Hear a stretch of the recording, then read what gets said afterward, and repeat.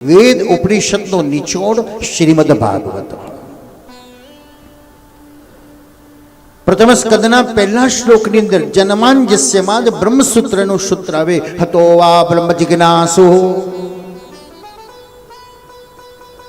આ કથા કોની છે? જેને બ્રહ્મને જાણવાની ઈચ્છા છે તેના માટે આ કથા છે. તો હતો વા બ્રહ્મ જિજ્ઞાસુ, જેને બ્રહ્મને જાણવાની જિજ્ઞાસા છે તે કથા. શુદ્ધ પુરાણે કીધું એક ઉપાય કરો, તમે શ્રીમદ ભાગવતની કથા કરો. પણ મહારાજ કથા મને આવડતી નથી.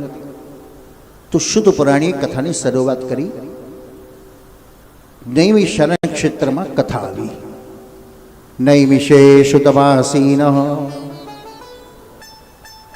હવે પ્રશ્ન એક આવે છે, 88,000 ઋષિમુનિઓ કથા સાંભળતા હતા.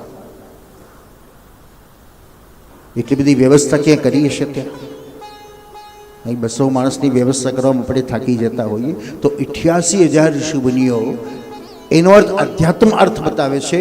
એ વૃક્ષો, લતાઓ, વનસ્પતિઓ, પશુ પક્ષીઓ એ બધા જ દેવતાઓનો રૂપ છે અને તેથી એ જ કથા સાંભળી રહેલા છે. અત્રિ વસિષ્ઠ વન રઘુરંગિકારા. ત્યાં અત્રિ વસિષ્ઠ વન ભૃગુ અંગિરા મેઘાદી તિથિઓ. તત્રેવ ગંગા યમુના સરસ્વતી. જ્યાં જ્યાં કથા થાય ત્યાં આ બધા ઋષિઓ આવે છે. હવે આપણને દેખાતા નથી એટલે બધો પ્રશ્ન થાય કે ક્યાં કપડાવાળા તો કોઈ ઋષિ દેખાતા નથી.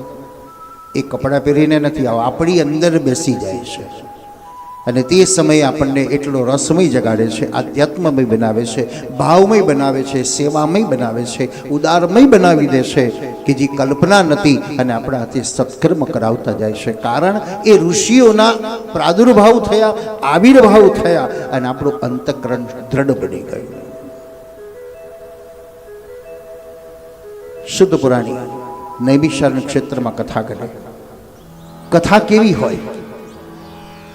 આજકાલ તો પ્રશ્ન છે, કથા કેવી હોય? તો કથાને ઉલટાવો તો થાક થાય. થાક ઉતારનારી કથા. હવે કયો થાક ઉતારવાનો પાછો? તો મનનો થાક ઉતારનારી કથા. તનના થાકને ઉતારનારી પથારી છે, પણ મનનો થાક જે ઉતારે, જ્યાં ગયા પછી તમે ફ્રેશ બની જાઓ, ત્યાં ગયા પછી તમે હલકા બની જાઓ, ત્યાં ગયા પછી તમને કોઈ ટેન્શન ભય ન રહે, એ કથાની અનુભૂતિ બતાવે છે. એક નવો રોમાંસ થયો, એક નવી પ્રસન્નતા આવી, એક નવી પ્રફુલ્લિતતા પ્રાપ્ત થઈ. દયારામભાઈ દીદી કે ચિત્ત ચિંતા સિદ્ધને કરે છે, કૃષ્ણને કરવું હોય તે કરશે. દ્રષ્ટાંતમય કથા બતાવી.